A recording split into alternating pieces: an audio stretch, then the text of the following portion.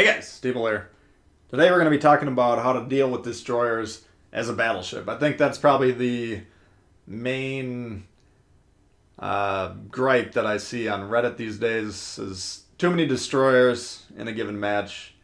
It can be frustrating, but you got to look at it as a challenge and you got to actually be responding to the situation rather than just say, okay, I'm in a battleship, this sucks, I'm just going to back up when the match starts and try and stay alive by putting myself so far in a position that nobody's going to bother to kill me. That's not going to help your team win. We want to try and win the game, and we want to try and deal with the destroyers at the same time. So there's a couple.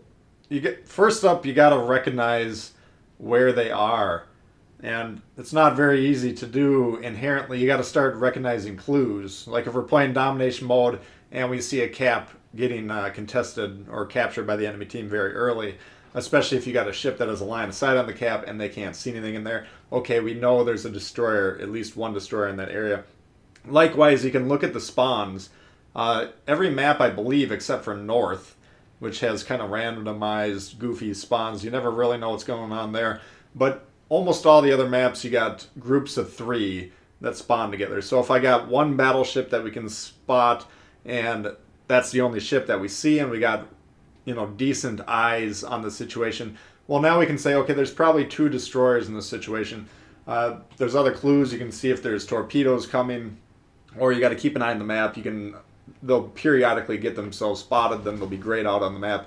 You can get an idea, where were they last time anyone saw them? So you got to be looking at the map, you got to be looking at the environment, you got to be using those clues. And then, how do we respond to them? You got to shoot the little buggers. There's a lot of players. You can see it up and down the tiers. It doesn't really matter what type of game you're in. If you're not going to shoot at the destroyers, their team's shooting at your destroyers, you're going to lose that game. That's how this game works. You got to be killing the destroyers. Doesn't matter the game mode. They're of heightened importance in domination mode, of course, but left unattended and capture the base, they can still wreck the game. Here, this guy's going straight for the cap. Now, this is a capture the base mode game. Not a very profitable play, but note it's a long-range shot, and we turn and we blast them. Now, I'm continuing into the base in this situation because we got no one else back here. Now, by making that turn, you can see basically it positioned us to be sailing away from the expected destroyers. You can see we only saw one ship so far, the cruiser. Now we got torpedoes, so you know there's at least one destroyer over here. But by turning in to fire at that Farragut or whatever it was that was streaming towards the base, we kind of already made a move that we'd have to make anyways, where if we are suspecting, as we were in that situation, okay, there's at least one destroyer, possibly 2 over here, we should probably at least turn away from that. That doesn't mean we're going to floor the gas and be all the way in the back line, on the north side of the map here 2 minutes later. But we turned away, we tried to dodge the torps, got hit by a couple, but now we're kind of sailing away from them. Kamikaze gets spotted somehow, and we're going to go ahead and ping him. We're getting some support here from the team, which is excellent, but we're kind of figuring, we're loading the guns, we're going to take a shot at him. We're also trying to assume that he might be launching torpedoes. Now, I think we're out of the Kamikaze's torpedo range right now, so once we get out of his range, we can kind of level off, and I don't want to get too far back here. But recognizing the red team, they've overloaded the west. That's usually what the red team will do in this map. They're probably going to power through that side, and then they're going to go try and capture the base. You can see our team, we had our strong side on the eastern side of the map, but we're not having nearly as much rapid success. So someone's got to come back here, help defend. So we're going to be doing that anyways.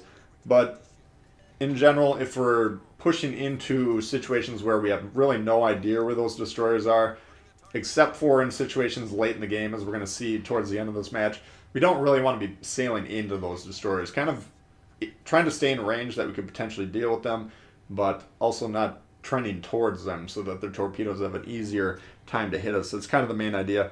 There's the Fubuki. He's on the far side of the island. They're pretty close to max range shot. Might as well take it. Looks like he's going quarter speed, maybe backing up.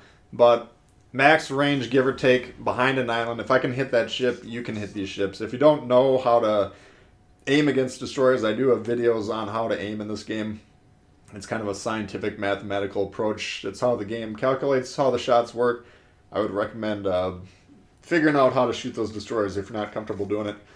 Let's put it this way. If you're going to play 1,000 games where in those 1,000 games, you don't ever shoot the destroyers. You're just as good at shooting destroyers 1,000 games into your career as you were the day you started it. So get in the habit now. I'm going to take these shots at these ships. Doesn't really matter if I'm comfortable shooting them. I'm going to be getting some practice. Okay, we might miss the shots now, but over time we're going to get better and better at them. And then soon we're going to be in a position where those destroyers need to be afraid of us no matter what range we're at.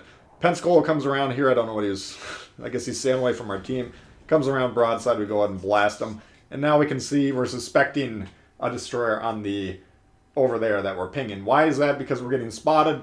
And there's really no other options. We were keeping an eye on how many ships were on the western side of the map. No one's coming through the center. We can assume they squirted all the way through the eastern side of the map there, through those gaps, and now they're spotting us. So we turn in towards them. It's late in the game. We got a ship advantage. We got a little bit of support over here. We do have some destroyers that are coming back to defend us. So if we die, it's not like there's nobody back here to defend the base against a destroyer. So I'm a little bit more comfortable pushing into this guy. You know, the idea is pushing into him here. We're going to limit his options on where he can go. We know roughly where he came from. We know roughly where he's trying to go. He's trying to get on the cap. Or he's got me, a battleship, and he's got dollar signs in his eyes because destroyers can't resist torpedoing battleships. But he's most likely coming towards me here. So we're going to try and move in towards him. Note, we're going to be changing our direction and speed, you know, from time to time. We can expect that he's going to try and launch torpedoes at us. You got to be kind of doing that. Not sure if that was a widespread or it could have been a max range torpedo launch that just naturally spread out, so we won't give him the game show sound effects on that one.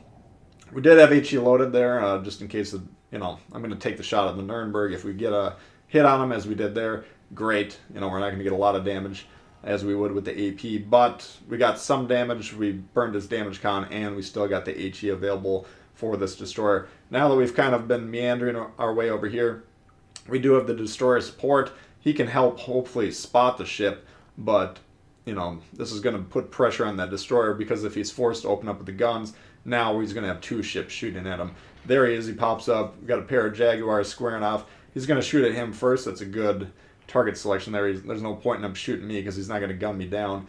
But the combined firepower going in on that ship, we're going to go ahead and blast him pretty hard there. Knock out his torpedoes, take out about, I don't know, 2/3 of his health or so. And he's going down very quickly. So, you know, this game we wound up killing, I think, a couple destroyers. Or, I don't know.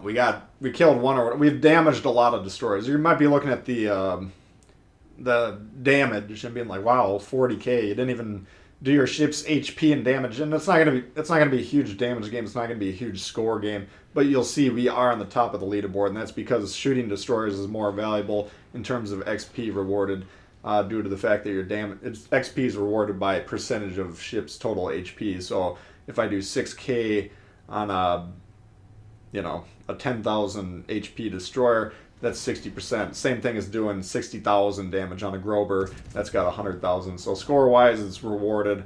The game does consider it valuable. But hopefully that gave you some pointers and some ways to start thinking about dealing with those destroyers, because I know it's causing a lot of players quite a bit of grief out there. So hopefully you enjoyed that one. If you did, please hit the thumbs up. New to the channel, consider subscribing. Lots of World of Warships coming all the time. Questions, comments, leave below. Love to hear from you guys. And we'll see y'all later. Peace.